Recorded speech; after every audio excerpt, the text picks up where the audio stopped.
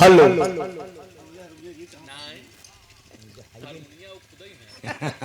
बहुत बढ़िया दर्दनाक कांड भैया भाई भाई का अभी अभी वाह सुनने को मिला।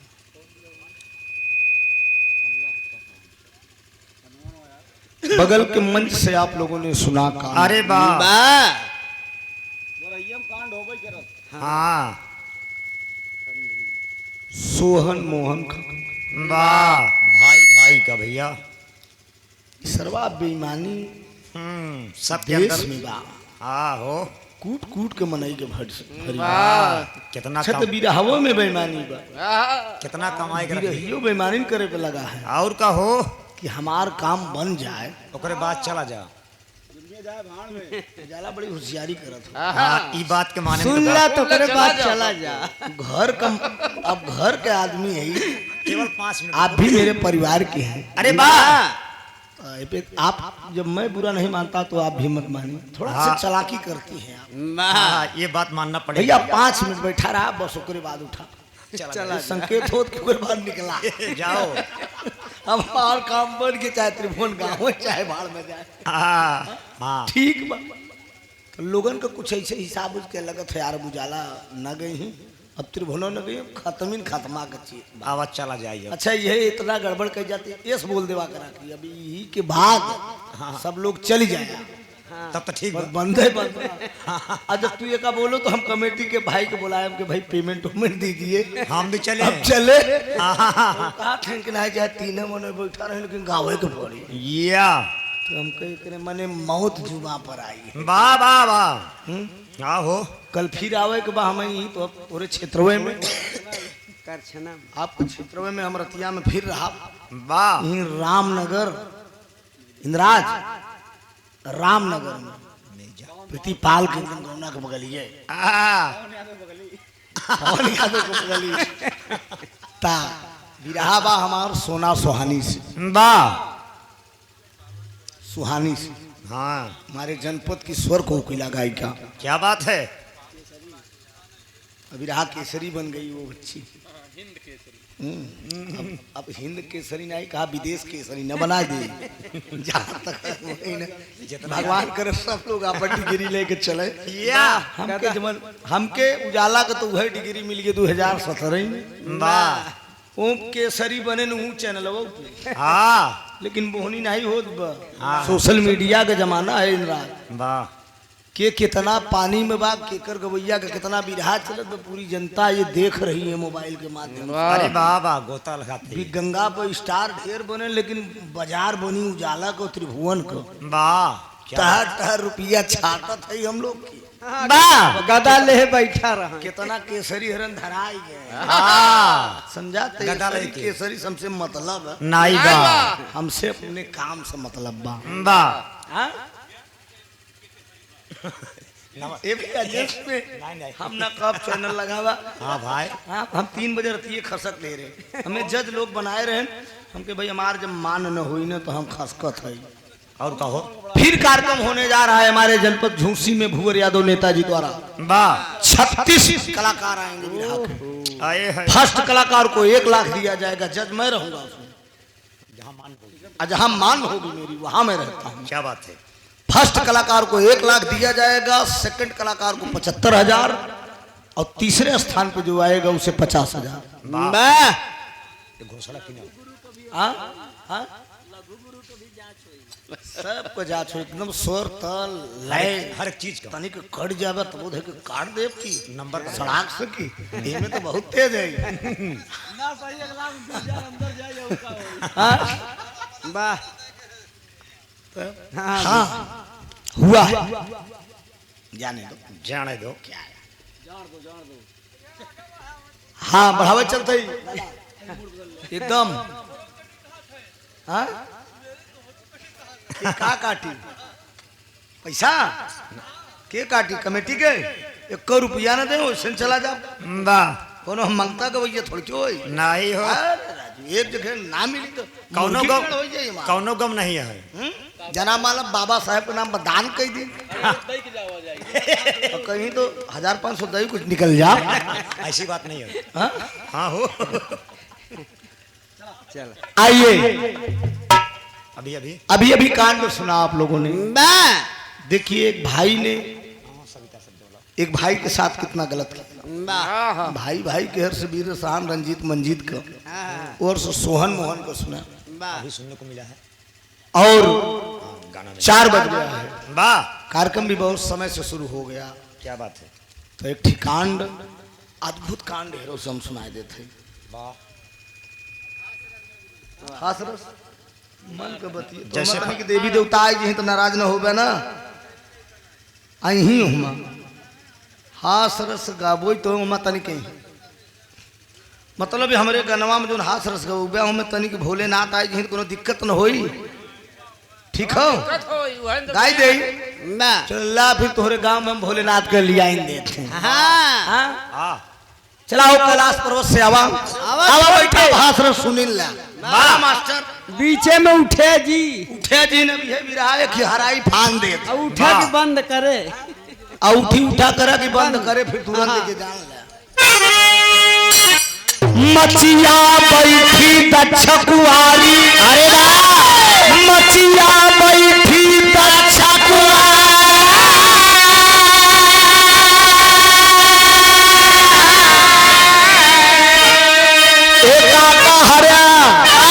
भैया हरा कहीं लैके बाहर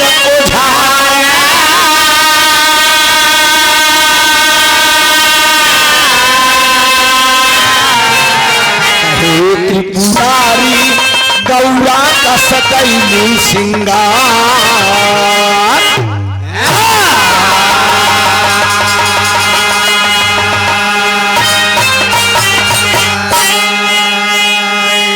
पंचो घोरहिया के बेला बा इसे 4 बजे ये टाइम के एकदम बिरहाऊ बा।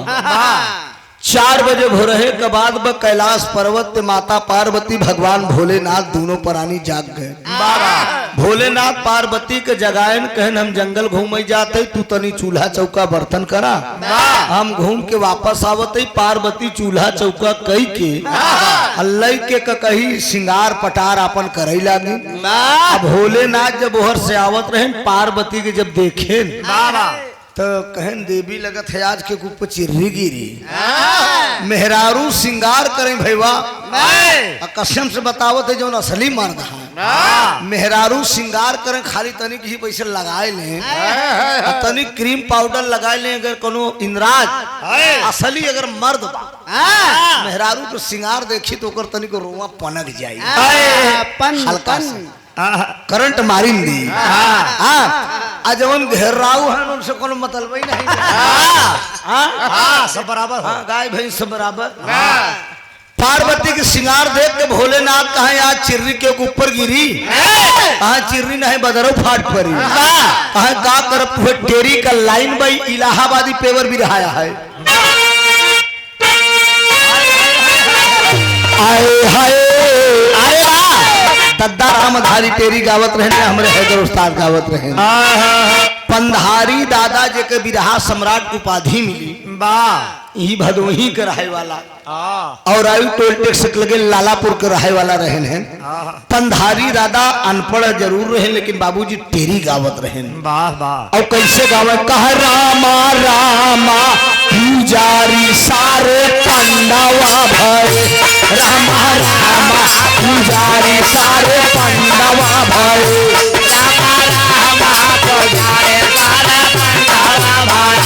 शिवजी लिंग पूजाए शंकर लिंग पूजाए शिवजी लिंग पूजाए शिवजी लिंग पूजावे विष्णु दूनौ अंडावा पुजारी सारे पंडावा भरे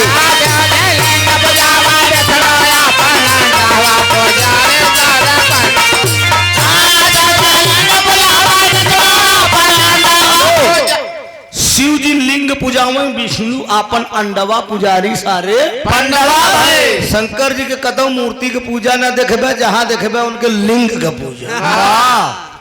इस देवी देवता रहे इनका का पूजे बताओ इनका पूजबे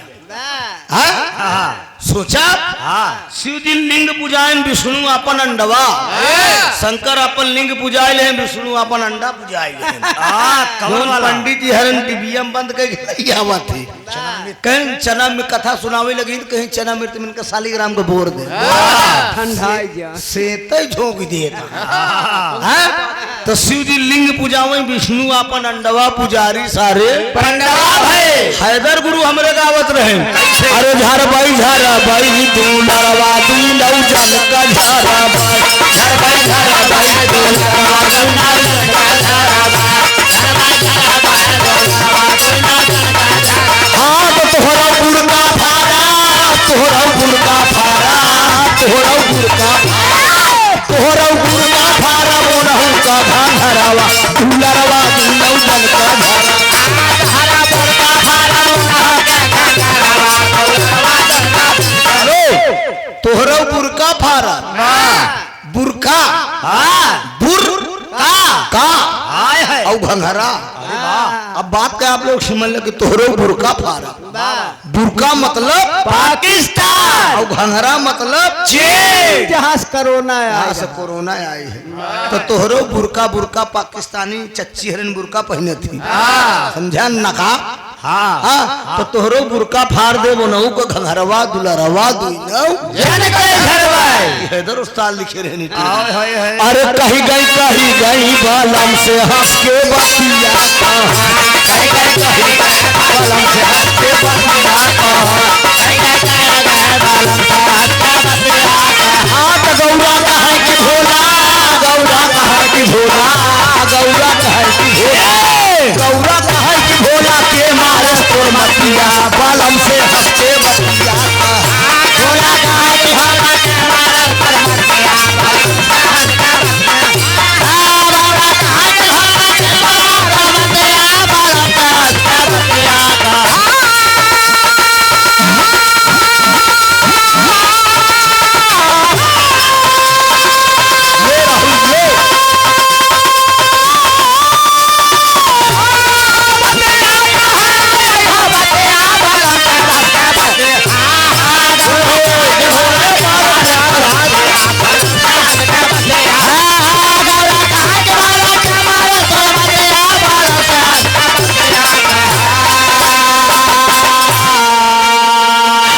कहलन भोला सुनीला गौरा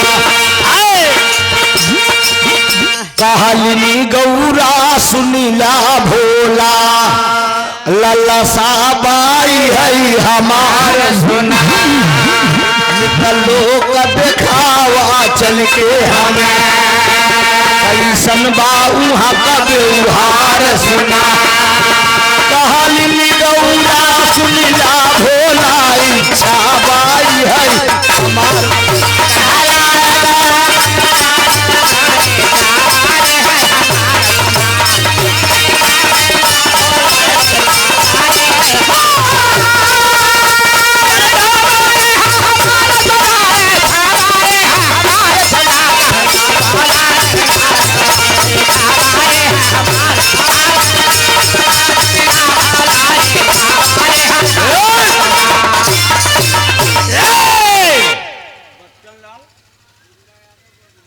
गुंडा यादव बड़गुहना से बच्चन लाल यादव गुंडा गुंडापुर बड़गुहना खुर्द यही कहूँ बा का अच्छा बगल अच्छा यही कहूँ यही कहती है गांव है बिरहा कहूँ जाना थे आप लोग नहीं जानते नहीं बिरहा बिरह की बिरहा इसे बिरहिया बिगहिया ना बिगहिया हमारा नीता राज का गाना एकदम ही रहा पंडित जी खिया गृह प्रवेश रहा ना कितना ले भैया भी यादव 100 रुपया 500 को नो नहीं जबरदस्ती नहीं हो सब मेहरारू मरबू करी कही दे नाती गाड़ू दे के चला जो आत्मा गवाही दे वही 100 रुपया का पुरस्कार बा ना भैया को प्रणाम बा पार्वती कहा हम जान दे दे एका जान ला मेहरारू को झटका जे करे लग भाई साहेब अरे बाप रे बाप मेहरारू के झटका जकरे लग गा तू जल्दी संभर नहीं सकत। अरे वाह। एका जाना पार्वती छैलाए जैन कहनम का मृतलोक में घुमावा। देवों में तू महादेव है लेकिन सुनी थी कि तू मनई से हार जात है। भोलेनाथ कहा ई के कहा था तो वही कहा दिया हाय हाय अरे हमार सजना अरे हमार दुल्हा मिलता लोकवा घुमाई जा हमार दुल्हा मिलता लोकवा घुमाई जा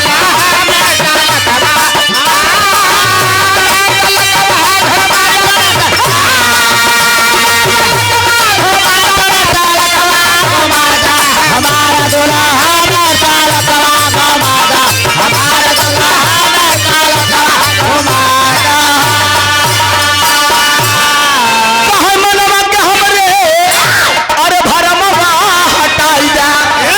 हमार दुल्हा लोकवा घुमाई जा। भोलेनाथ नंदी बैल का बुलाए नंदी बैल का बुलायन कहन पट्ठे आए जा देवी मृत लोग घूमे चाह दिया है। भोलेनाथ तुरंत नंदी बैल पे पार्वती के बैठाए का बात आ भाई हरे तुरंत चाहे का जाबा का अरे फिर दे ही अच्छा अरे फिर दे ही तो रखा था ये काहे टेंशन लेता हला निकाल के दे ही से जवान है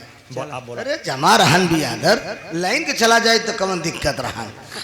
अपने घरेन पे जात कमन हुआ अंत ही जाते ए बाबूजी नंदी बैल के बुलाए और नंदी बैल के बुलाए के कहे पट्ठे आज देवी मृत लोग घूमे चाहत है। आज के मर्द पहले के मर्द में कितना फर्क हो पहले के मर्द कितना चालाक रहे भोलेनाथ पार्वती के नंदी बैल पे आगे बैठा है अपना बैठे पीछे। अब आजकल के मन सेधु का करता है अपना बैठे द्विपहिया पे आगे मेहरारू चली गई पाछे यही इतना फर्क हो हाँ। जब पीछे बैठे हुए सोशल मीडिया पे एक दिन देखे रहे हैं एक मेहरारू पीछे बैठी रही और मन सेधु चलावत बा लौंडा जमना टाक टूक करत बा आ चुप्पे से इसे पगजे में अपन मोबाइल नंबर थमाई दे नंबर काम हो गयो घेराऊ चलौते ही सोचा वो चलावत हर काम हो तोहरे रहे से कोनो मतलब निकले वाला का जौन हो वो हो जाए समझा काम हो जाए जरा सोचा मतलब वो बेचारा बेमतलब है कि टहरत बा। मेरे दोस्त मृतलोक में आए पार्वती से भोलेनाथ कहा था मृतलोक बहुत बड़ा बा कितना तोहका हम दिखाई सामने जवन 2 तल्ला का मकान दिखा दबा उ 4 गांव को माना जाना चौधरी के लालचंद पाड़े का मकान कहा तब कहा चौधरी पोखरा में स्नान करे गए चौधराई ने कल घरे में बाटी कहा तब कहा तू सुगनी बन की हिंडारी पे बैठ जा हम जवन करत है करे दू लेकिन मेहरारू जा टिबिल टिबिल बोलू जी कहा तू करबे कहा भोलेनाथ तुरंत वह लाल चरपाड़े वाला रूप बना ले अपन रूप छोड़ के लाल चरपाड़े वाला रूप बना के पाड़े जी के दरवाजे पहुंच और चौधराइन जो नान का बेलना ले के रोटी बेलत यहाँ गाये जाती है कि हाय हाय अरे कोई झरना अरे कोई झरना कोई झरना कोई झरना कोई झरना अरे कोई झरना बतावन महाराज कुवनवा पे आई चले कोई झरना बतावन महाराज कुवनवा पे आई चले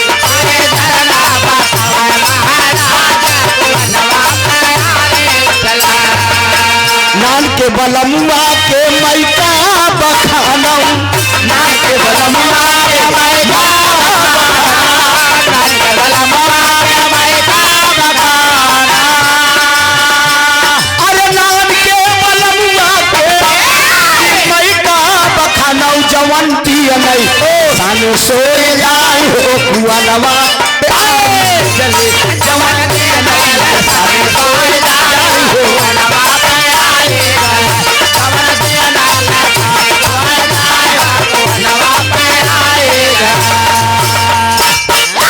चौधराइन रोटी बेले जाती हैं, यही गाये जाती हैं कि दान के बलमुआ कमई का बखाना जवन दिए नहीं ले साने सोई जाए कुअनवा पे आई चले। अभी है रोटी बेले जाती हैं गकस काका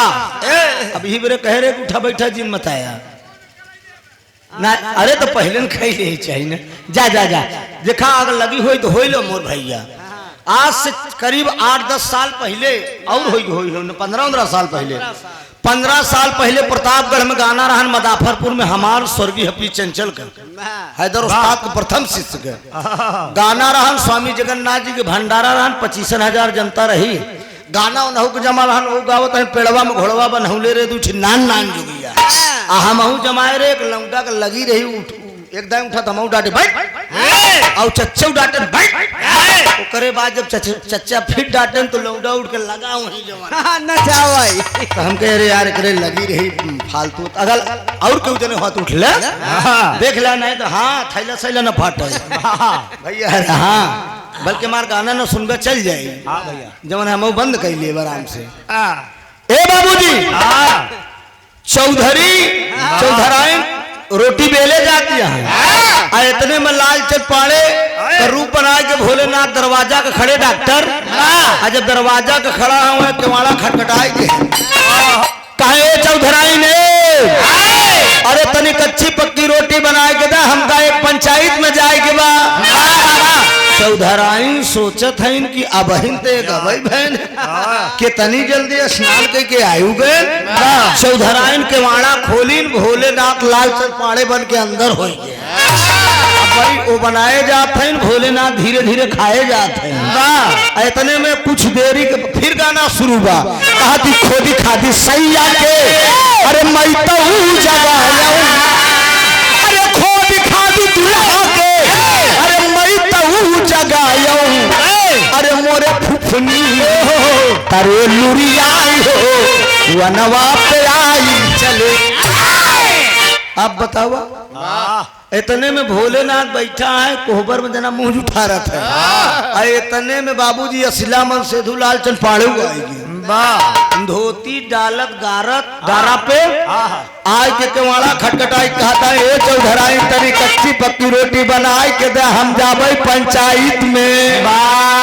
चौधराइन घरे में से बोलत है कि जे पे वह खड़ा रहा अब हमारे अपने मामला फंस हमारे अपने चौधरी सोचतन हमारे अपने कौन ससुर आया। अरे कहन हम चौधरी तो अरे कलुआ के अम्मा कहे हाँ भैया जे के वहाँ खड़ा रहा अब हमारे अपने। लालचंद पाड़े जब जंगला से धाकन तो भोले ना तो चौधराई दुई जने पाड़न वाला रूप बनाए के जब मुस्कुरात है। इतने में भोलेनाथ लालचंद पाड़े कहता है कि लगत हमार सार आई है। हाँ भोलेनाथ कहे बारे मृत्यु लोग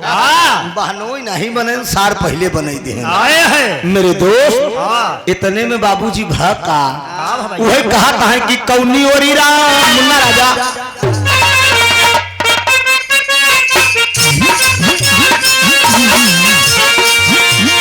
कौनी ओरी राम पत्थर पदूम जामा कौनी ओरी राम पत्थर पदूम जामा कौनी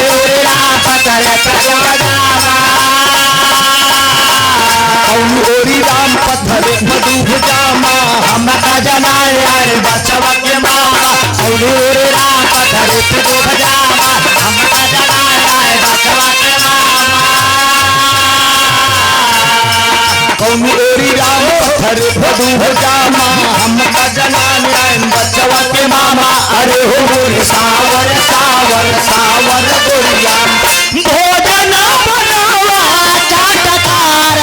मोर सावर गोरिया भोजन बनावा चाटकार मोर सावर गोरिया भोजन बनावा चाटकार मोर सावर गोरिया हो मोर सावर गोरिया रे हो मोर सावर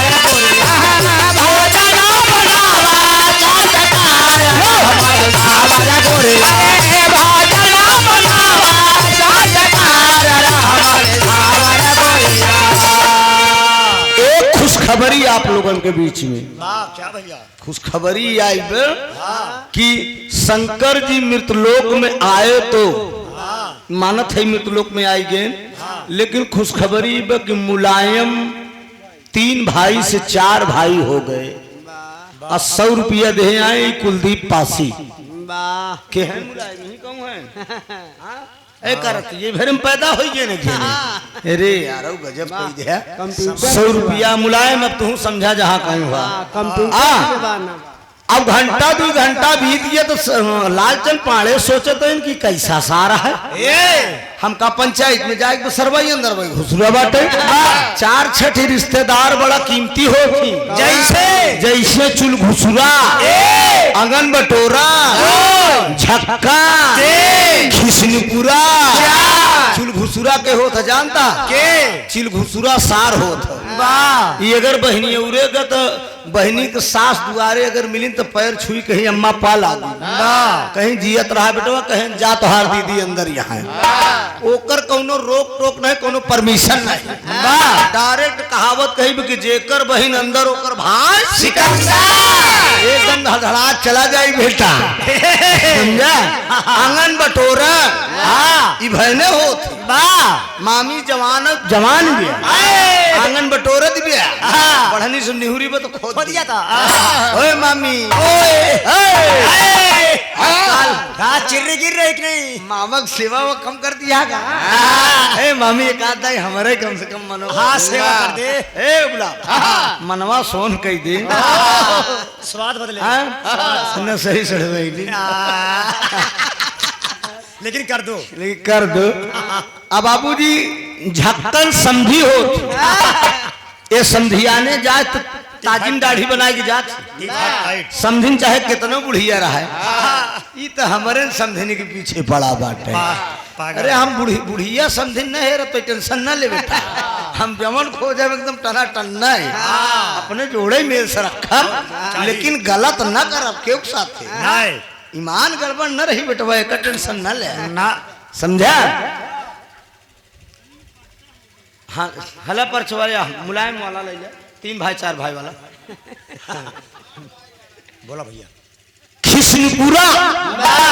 ई फूफा होती आए सारे के बेटवा बात तो एक जानला फूफा समझ ही ले का फूफा ए फूफा अरे बुआ के सेवा वो होत बा का बे बच्चा कहूं मजा लेते इहर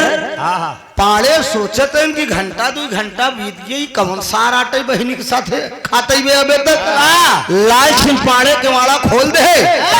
जब केवाड़ा खोले तो समय भोलेनाथ पाड़े जी के रूप लेके बैठा लालचंद पाड़े भोलेनाथ से कहा था कि आप कौन हो भोलेनाथ कहा था कि पहले तुम बताओ कि आप कौन हो लालचंद पाड़े कहा हमार मेहरारू हमार घर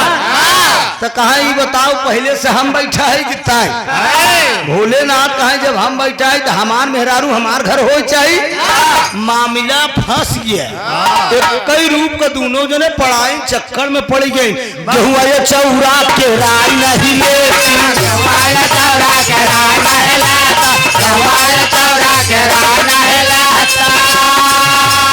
हुआ ये चौरा के राय नहीं लेती मेरे के दुल्हा बिराय नहीं लेती हुआ ये चौरा के राय नहीं लेती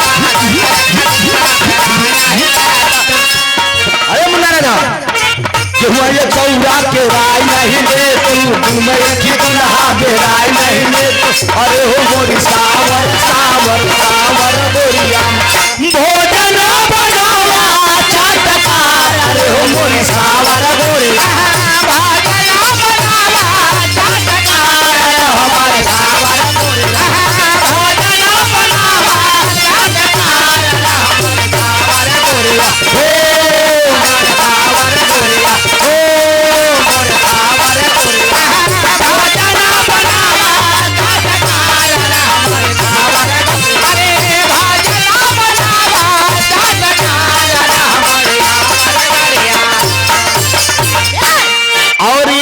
भगवान देव पासी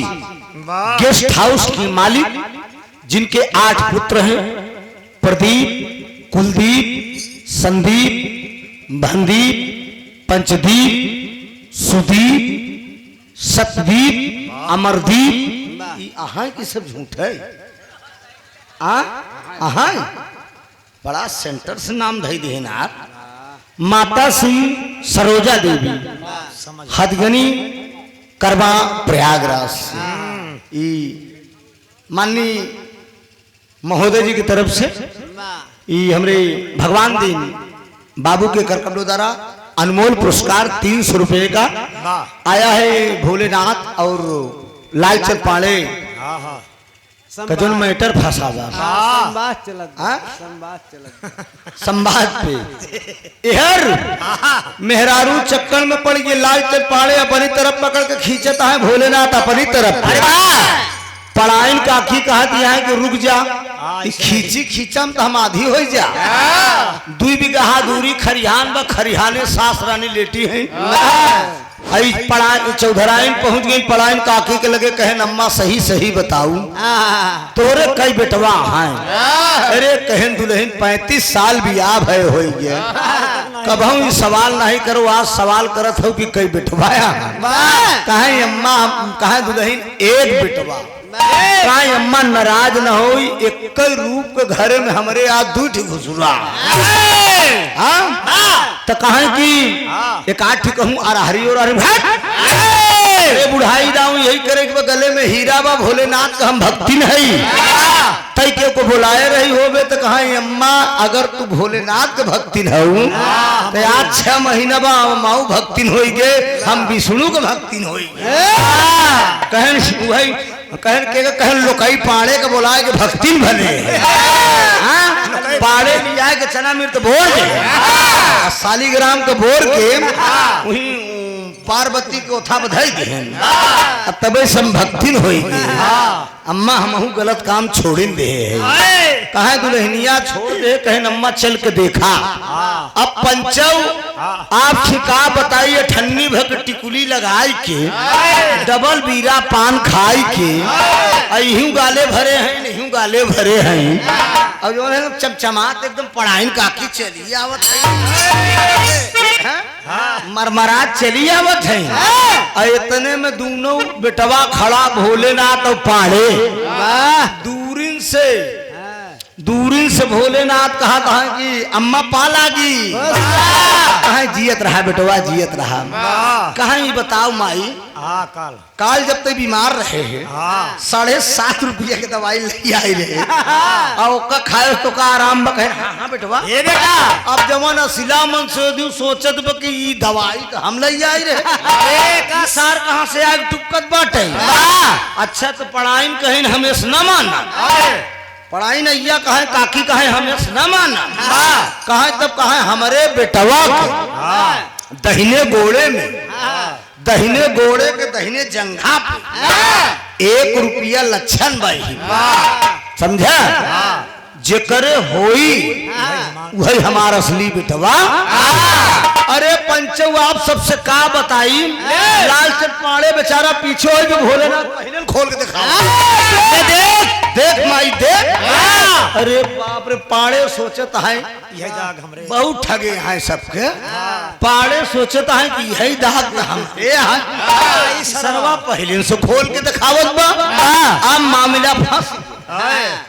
अय्या का दिमाग नहीं काम करत बा। सोचत यहाँ आए हाय अरे मोर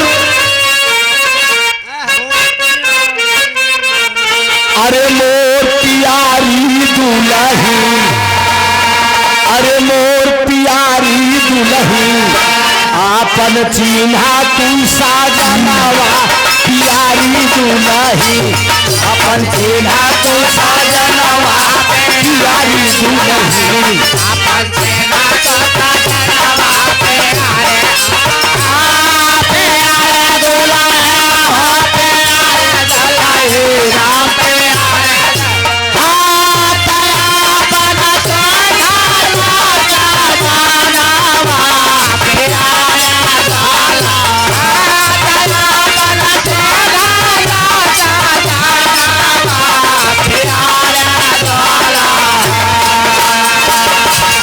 अरे बाप रे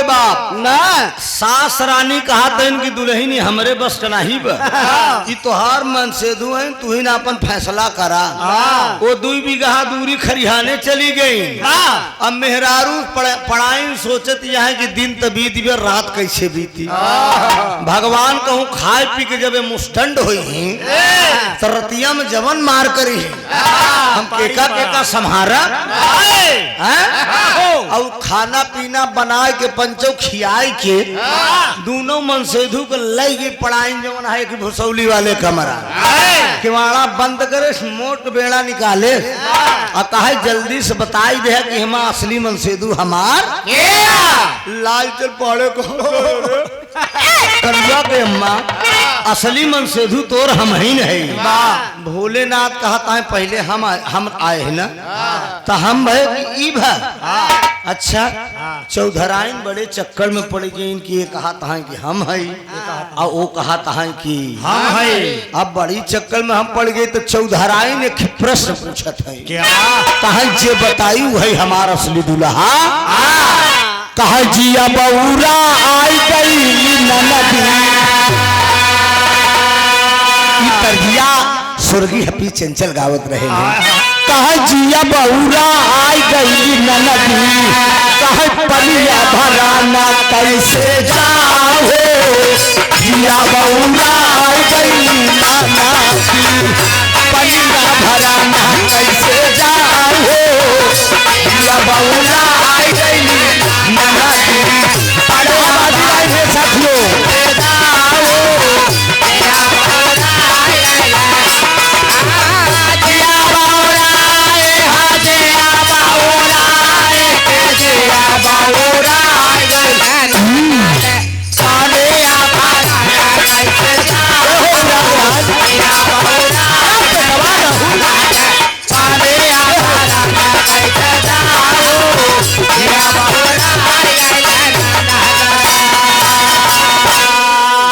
सास मोहे डांटई ननद गरिया लहुरा देवरवा अरे मुहर बिचकावई कि जिया बऊरा गई ननदी काई झूलनी उतार ले बैधनिया कुआना पे भरई पनिया झूलनी उतार ले बैधनिया दादा राम कैलाश गाँव में कहे आज मोर राजा जी आई है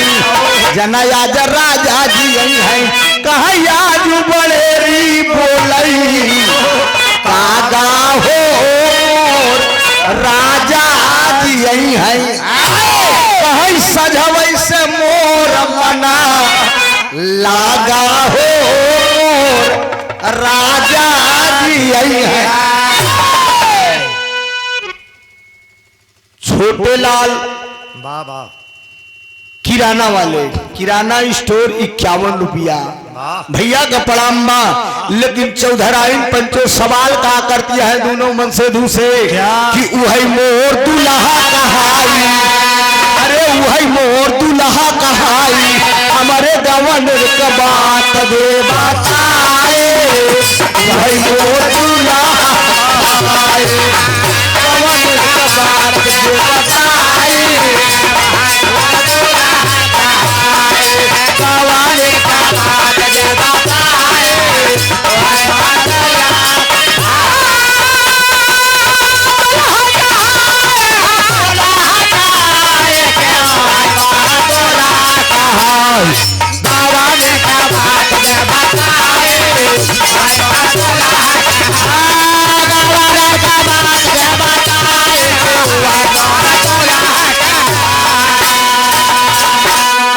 हमारे गवनन का बात जे बताई वही और दुल्हा कहाई।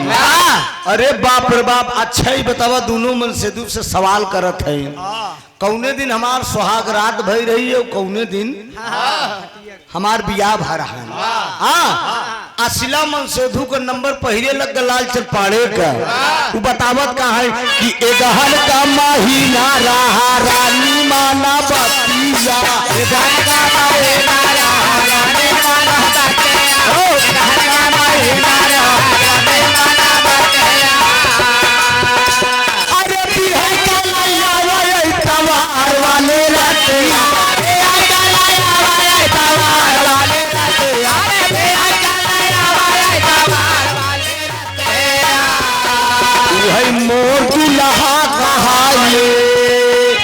वही मोर दुल्हा कहाई चौदह राइन दिहलिया मुसियाई वही मोर दुल्हा कहाई चौदह राइन दिहलिया नहीं आए हमारा दुल्हा कहाई चौदह राइन दिहलिया नहीं आए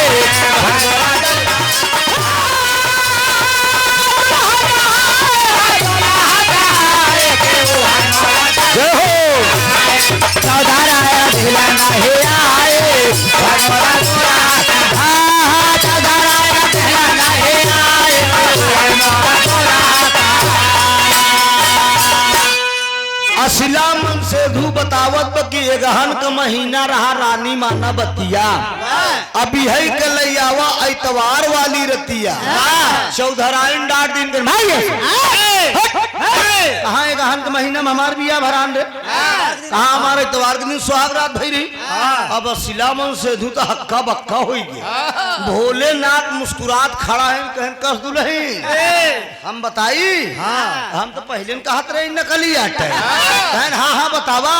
भोलेनाथ पंचो बतावत है फागुन का महीना रहा रानी माना बतेरा फागुन का महीना रहा रानी माना अरे है के लैया सुमार वाले रतिया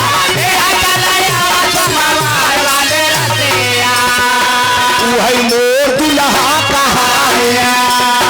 वही मोर दुल्हा कहाई चौदह राइन मुसकाई वही मोर दुल्हा कहाई चौदह राइन मुसकाई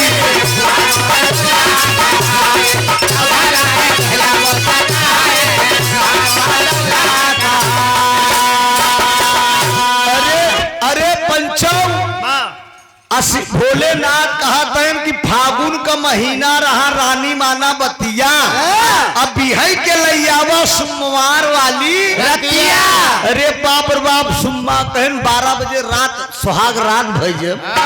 सुहाग रातन के समय खटिया का पार्टी टूट गई चौधराइन मुस्कुराई दिन के नरिया मोर राजा असली तुहिन है भोलेनाथ कलाई पकड़न चौधरान के लिए आए के चल दे अब लालचंद पाणे के भाई घबरा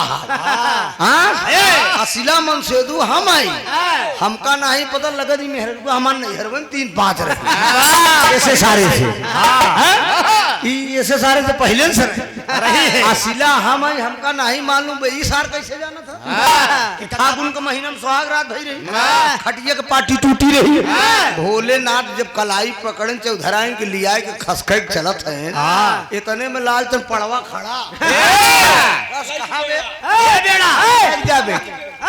कहा जाबे अच्छा एक बात बताई गई पंचो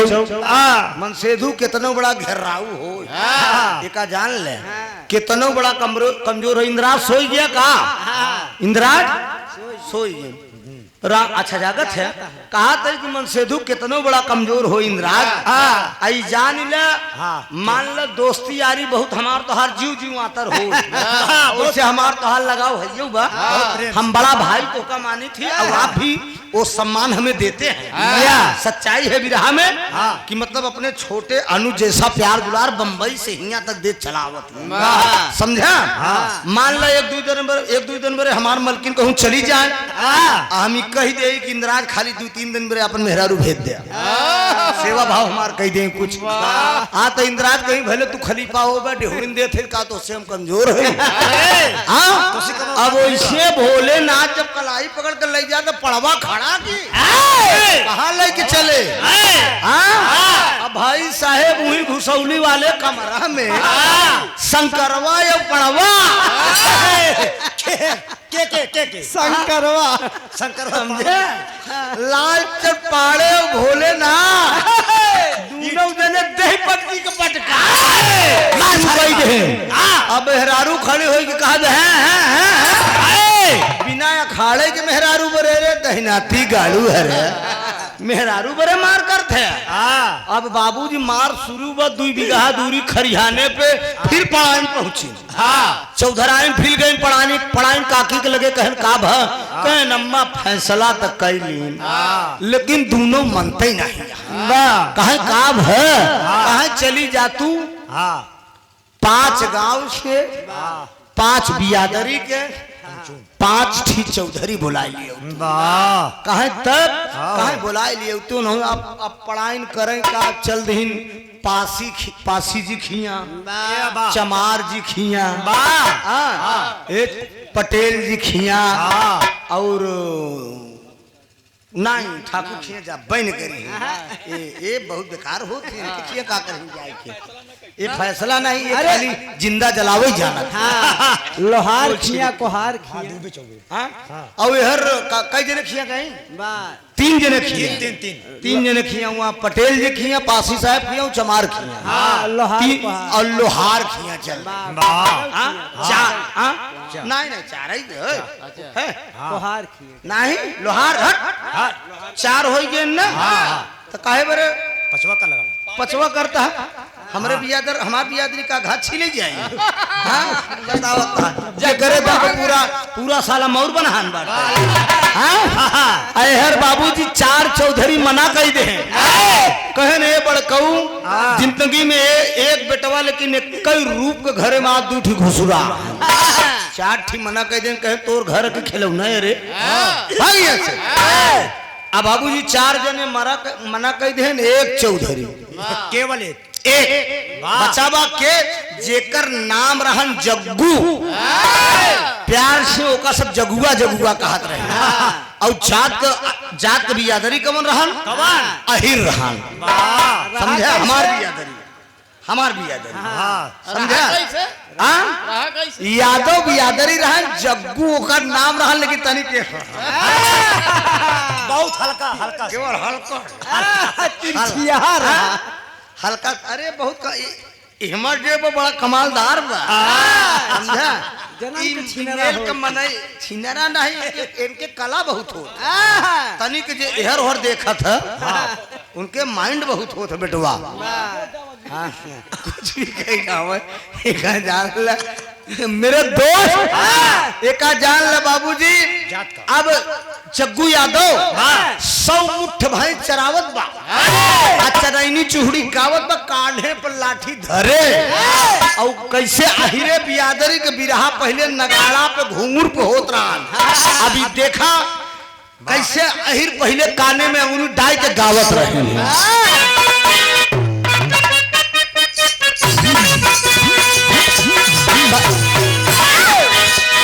कतर कतर कौआ बोले कतरी छपा है कतर कौआ बोले कतरी छपा है राम जी का बगिया सीता के फूलवा रे कतर कौआ बोले कतरी छपा है राम जी का बगिया सीता के फूलवा रे तो नवा पटावा ससुरा अरे तो नवा पटावा ससुरा रे खाले है बेटिया रो खाले है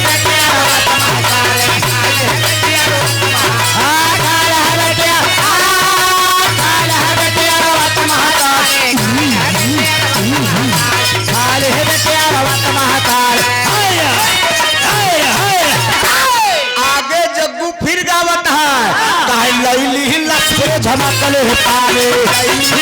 झमकले पारे उमरी भैंसिया कपोर दे मारे एक से बुधवा सवार से पारे एक से बुधवा सवार से पानी ये भैंसिया में बदरिया में माना पिताने लगा बदरिया में महंगा दुकान महंगा दुकान लगे बदरिया में महंगा दुकान अरे बाप रे बाप दादा राम कैलाश गाँव में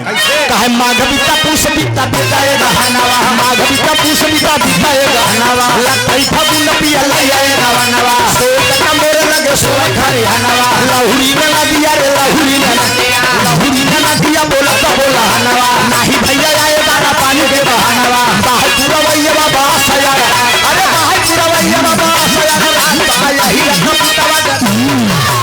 अहिर का पतवा गजा बछन रात बा अहिर का पतवा गजा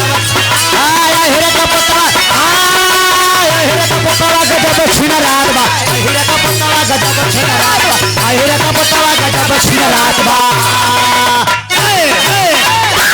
हम गावत है कि अहिरा का पुतवा गजब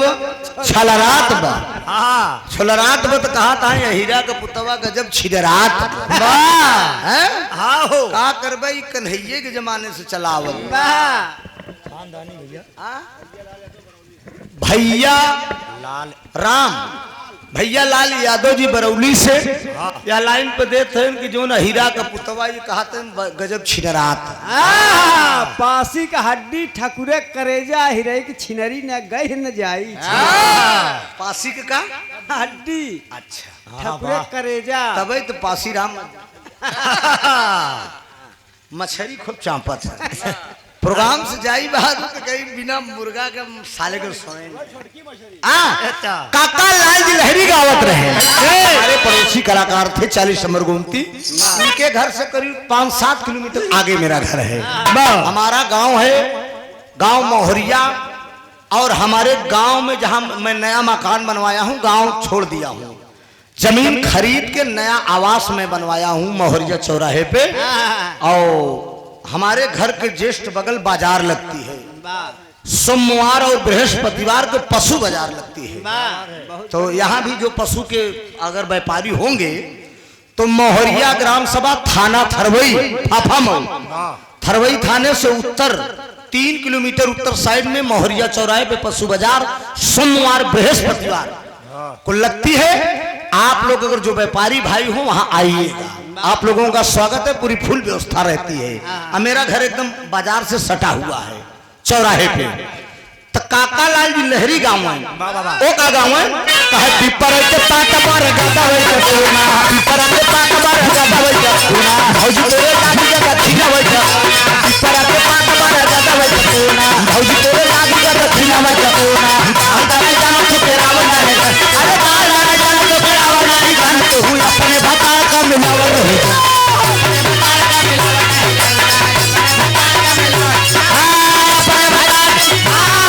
मिलावन है अपने बताए का मिलावना है जनता अपने बताए का मिलावना है जनता।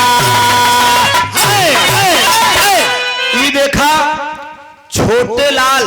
किराना स्टोर 11 रुपया। अब पासी भाई लोग का गाना कैसे रहा पासी भाई लोग के पासी बियादरी जितना है अपने अपन गाना समझ ले जाए कहे 12 लड़का पायल मोरा गिरेगा 12 लड़का पायल मोरा गिरेगा 12 लड़का पायल मोरा गिरेगा कन्या भरा न जाए हुआ कहे देगा कन्या भरा न जाए हुआ कहे देगा कन्या भरा न जाए हुआ कहे देगा। अरे मोरी जान हरा का चोरी लगी अरे मोरी जान हरा का चोरी लगी पायल लड़का पायल मोरा गिरेगा 12 लड़का पायल मोरा गिरेगा 12 लड़का पायल मोरा गिरेगा। वो पासियन का राज रहा मेहरारुवन 12 लड़का पायल पहनत रही। अब आजकल के पासी डॉक्टर देखा ही तो हर बियादरी है अब यही ऐसे बचते करो वो जमाना था साथियों पासियों का एक सम्राट था लाखन पासी महाराजा सुहेल देव पासी बिजली पासी समझे ये सब उदा देवी के उदा देवी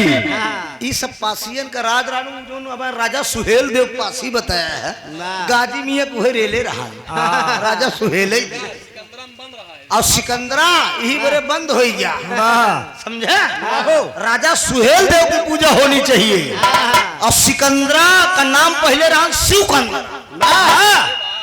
समझे लेकिन राजा सिकंदर उसको जब आया तो सिकंदरा कर दिया समझा और शिव जी की मूर्ति बन जाए जी सिकंदरा हो जाए। मेरे दोस्त पासियन के सम्राट रहा कहा राधा सुताना कहा फूला लोराना जब बागों में गई फूला लोराना जब बागों में गई थोड़ा लोराना जब बागों में गई आहा बागों में गईलू बगीचे में गईलू बागों में गईले बगीचा में बागों में गईले बगीचा में जान मलिया का चोरी लगी मोरी जान मलिया का चोरी लगी पायल मोरे 12 लारे का पायल मोरे 12 लारे का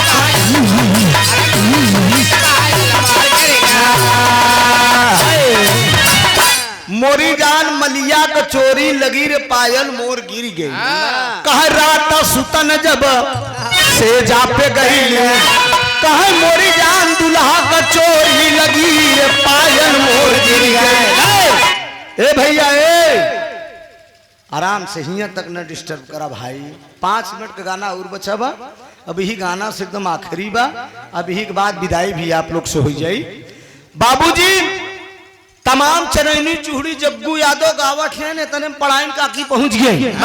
पढ़ाइन काकी पहुंच गई कहने बड़कऊ ए और वो जग्गुआ आखिर जवा कहा कहे बड़कऊ तू चौधरी है? कहन हाँ हाँ चौधरी है।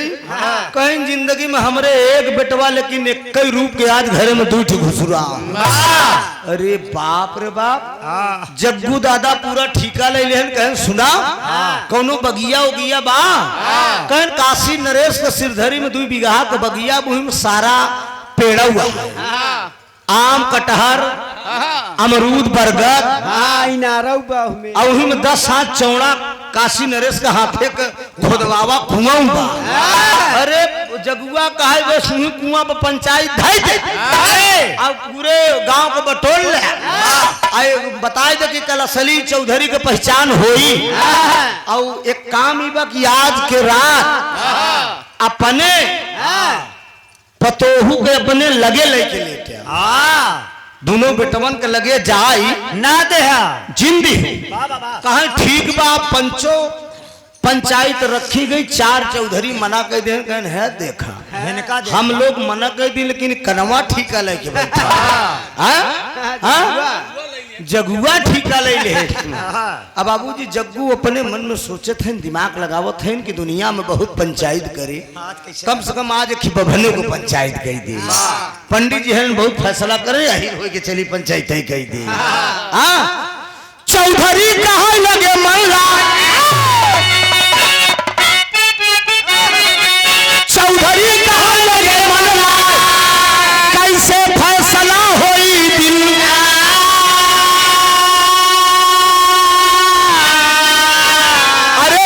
से हंस के बतिया कहें चौधरी कहाँ आई गई मुड़वा पाया फतिया, कलम से हंस के बतिया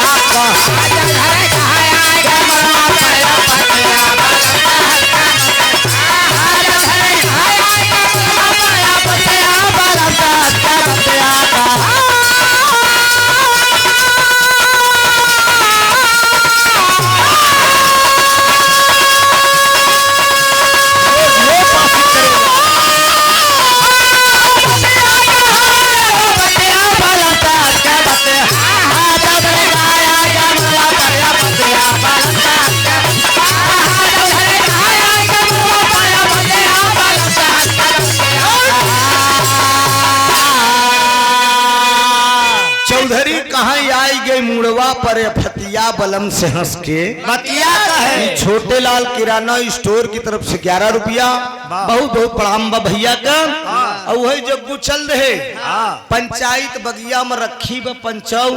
हुक्का चिलम रस्सी बल्टी सुपारी सुरती सारी व्यवस्था देसी गुड़ पूरी बीड़ी माचिस सब कुछ विराजमान। और सब चौधरी गर्मी के महीना में पियत है। इतने पर लालचंद पाड़े बुलावा गए ना, चौधराविन बुलावा गए ना, शंकरवा बुलावा गए। भोले न दोनों जने खड़ा, भोलेनाथ मुस्कुरात है। भोलेनाथ मुस्कुरात है और कॉलर एकदम टाइट करे। हम ही नसले है शंकरवा। नहीं भोले न थवा नहीं शंकरवा महादेव। समझा मेरे दोस्त बाबूजी जग्गू दादा तब ले आई गए कहें सुना भाई फैसला बड़ा अटपट बा, लेकिन एक काम करत जा जितनी पंचायत बटुरी बा वही पंचायत यहाँ में से जग्गू दादा कहत हैं कि एक काम तरी करत जा कि यही जितनी बड़ी पंचायत बटुरी बा सारे चौधरी में से खाली केवल है पंचायत में 5 जने उठ के तनी चला पीछे तो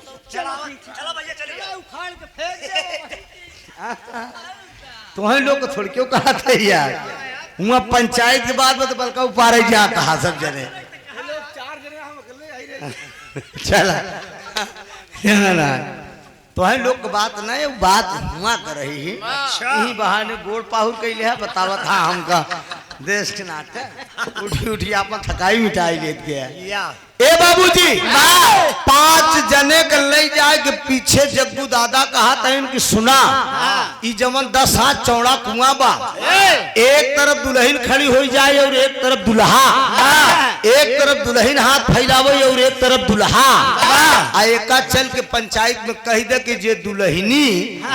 का हाथ पकड़ ली हाँ? जे पकड़ ली पहले जे पकड़ ले वही असली मन से धू आ एका 5 जने जाने रहा कि जमन ना पकड़ी पाई वो असली जितना पंचायत करे वाले चौधरी रहन करे वाह अरे बार जग्गू वाह देखा ये हीरे के दिमाग काटे वाह अहिर तबो दिमागदार रहे नहीं रबो दिमागदार कहे बार जग्गू वाह लगाया तो अरे ही बरे कही थी हम ना 70 बाभन 30 फकीर 70 बाभन 30 फकीर सबसे उत्तम एक है। जब ले 70 बाभन खियोगा 30 फकीर के खियोगा एक अहिर के खियाए तो भाई साहब 4 गुना फल पाओगे। ना विश्वास एक आदमी सुभाए बोला कि हमें खिलाया तब देख यहाँ के अलावा वही जोन बभनन के खियोगा वही फल हरो से मिल जाएगा समझे। अभी गुलाब मिले मेरे दोस्त अब एक तरफ दुल्हन खड़ी हो गई एक तरफ असली मन से धू का नंबर लग गया लाल चंद पाड़े का मेहरारू हाथ फैलाए 1.5 हाथ लाल चंद पाड़े हाथ फैलाए 1.5 हाथ 7 हाथ कुआं गायब तू लौंडा पहुंचन धाई के क्यों नहीं आए अल्लाह जाए के बाद में लालचंद पाड़े सोचत हैं इंडिया टॉप मेहर जा तो सारे मरते हैं अब इतने में भोलेनाथ कहन हमें का करे के बा कहन बस हाथ पकड़ा ले जा मेहरारू तो शंकर जी कहन इधर हमारे बाएं हाथ पे ठेला वो तनिक फैले हम धई के ले ठेल दे। अब एक तरफ पढ़ाई एक तरफ चौधरायन खड़ी है एक तरफ शंकर जी लालचंद पाड़े का रूप तरफ 1.5 हाथ फैलाइन चौधरायन भोलेनाथ करत कहने 8.5 हाथ तक ठेल दे। जब 8.5 हाथ अकेले ठेल दे और जब हाथ पकड़ ले तो जग्गू का कहा था फैसला हो गया कहे जवन हाथ पकड़े बा एक पहले 10-20 फैंट जमा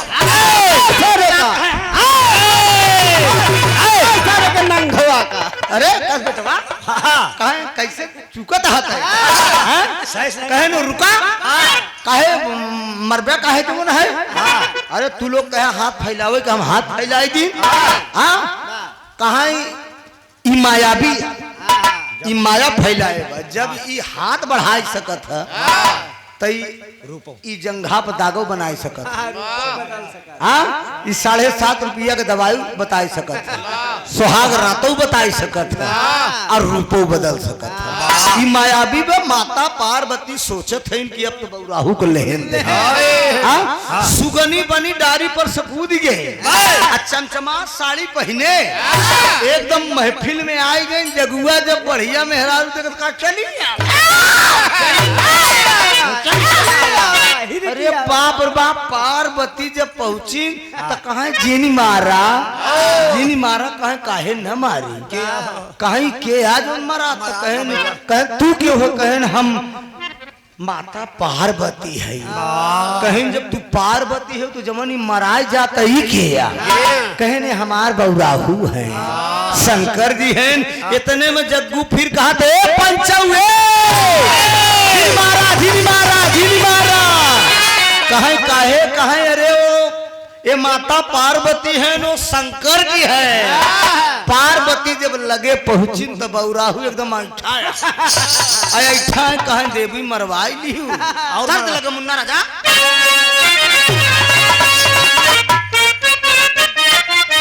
एक पत्ती मुन्ना राजा एक पत्ती बढ़ ले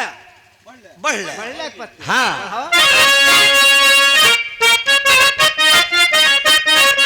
हाय हाय अरे मोरी पी रही गुजरिया अरे मोरी पी रही गुजरिया कहता निभा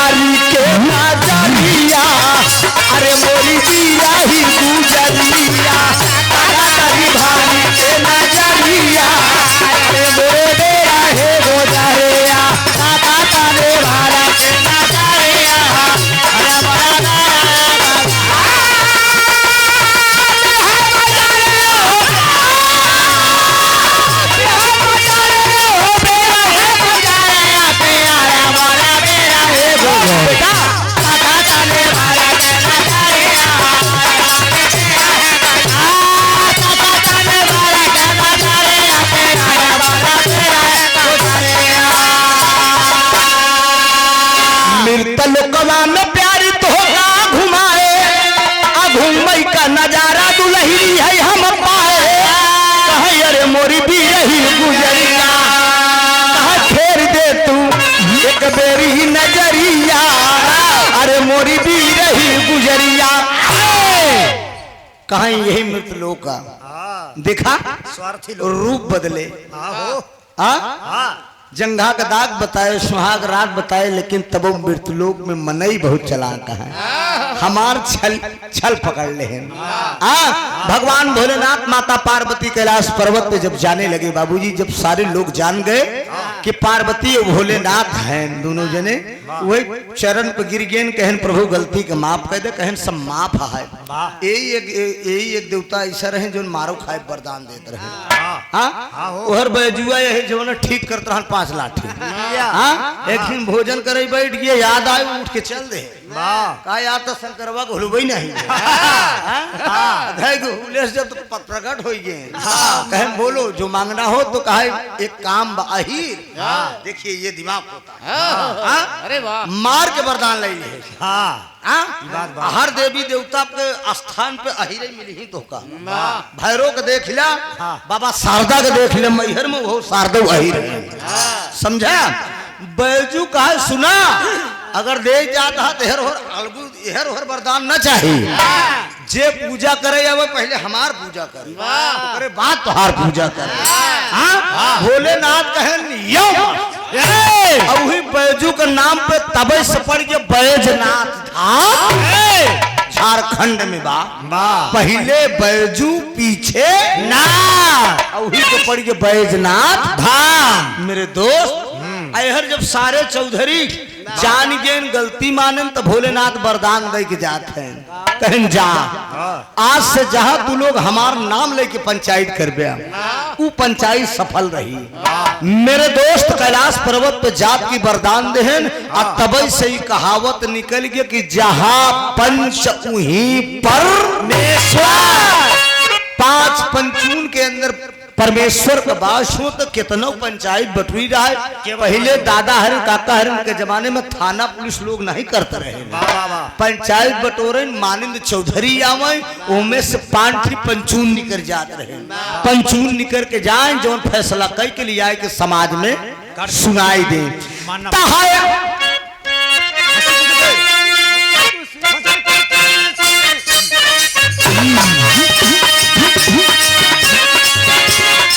हंस खुशी से दुनिया पर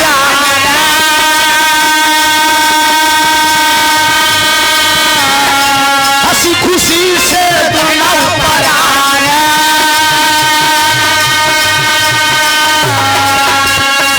घर में लूटे मौज बहार दुल्हन का दुल्हा मिल गई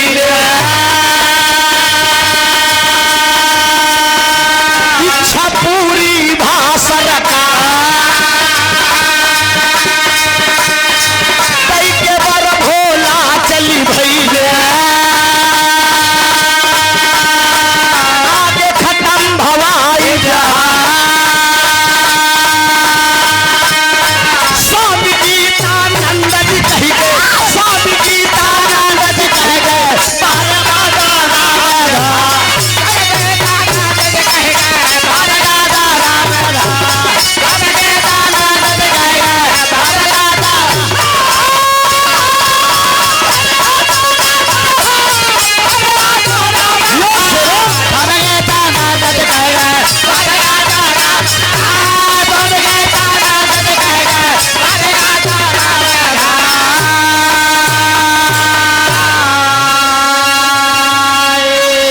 भगवान भोलेनाथ वरदान दे की कैलाश पर्वत पे चले गए माता पार्वती से बताए कि यही है मनुष्य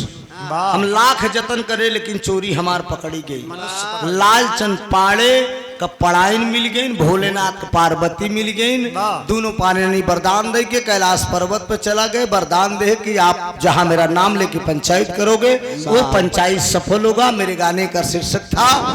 एक दुल्हन दुई दुल्हा अर्थात पंच और परमेश्वर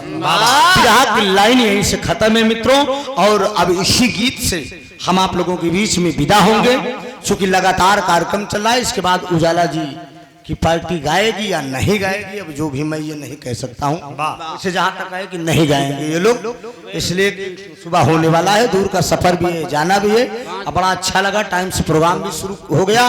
और कमेटी के लोगों को बहुत बहुत धन्यवाद। पहली बार मैं इस मंच पे आया, पर साल भी लोग प्रयास किए थे, मेरे पास टेलीफोन किए थे कि त्रिभुवन जी आपका प्रोग्राम हम लेना चाहते, लेकिन मैं खाली नहीं था और एक ऐसे कलाकार से प्रोग्राम करा रहे थे कि उस कलाकार से मेरी नहीं जमती है। तो हमने कहा कि विवादित कलाकार से हम प्रोग्राम नहीं करते हैं, और इसलिए वो गायिका में दिक्कत नहीं है, लेकिन उसका हारमोनियम मास्टर बदतमीज है। हमने कहा बात विवाद मंच पे हो जाएगी, तय बड़ी मैं बड़ी में क्या मतलब निकलेगा। हमारे साथ वो कलाकार दीजिए कि जो सभ्य हो, सब लेडीज हो, जो सभ्यता के दायरे में गाए और मैं सभ्यता के दायरे में गाऊं। इसलिए कि न फालतू बात मैं बोलता हूं, न फालतू बात मुझे पसंद आती है। मैं किसी के गाने में टिप्पणी नहीं करता हूं, न मेरे गाने में कोई टिप्पणी करे। अगर मेरे गाने में कोई टिप्पणी करने की कोशिश करता है तो मैं उस मेरे सम्मान में अगर आग लगाओगे तो हम पूरी लंका जला देंगे। मैं उसमें का कलाकार हूं। अभी शुरुआत में उजाला जी ने थोड़ी सी बात पकड़ी थी बाबा साहब की पत्नी के विषय में, मैं भी जान रहा था वही था, लेकिन मेरे मुख से निकल गया। अब भाई वही कहावत है कि बाप को चुका मर्द और डार को चुका बंदर। अब निकल गई, तीर निकल गई, जुबा निकल गई तो निकल गई, और निकल गई आपने बता दिया, अच्छी बात है। तो होता है कहीं आपके अंदर कमी होगी तो हम बता देंगे, जुबा है इधर उधर हो जाती है। बहुत बहुत धन्यवाद, बड़ा अच्छा लगा आप लोगों के बीच में। आखिरी भाव है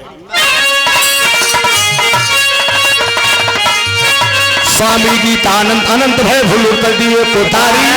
राम आधार हैदर अली जुगनू गईले स्वर्ग सिधारी।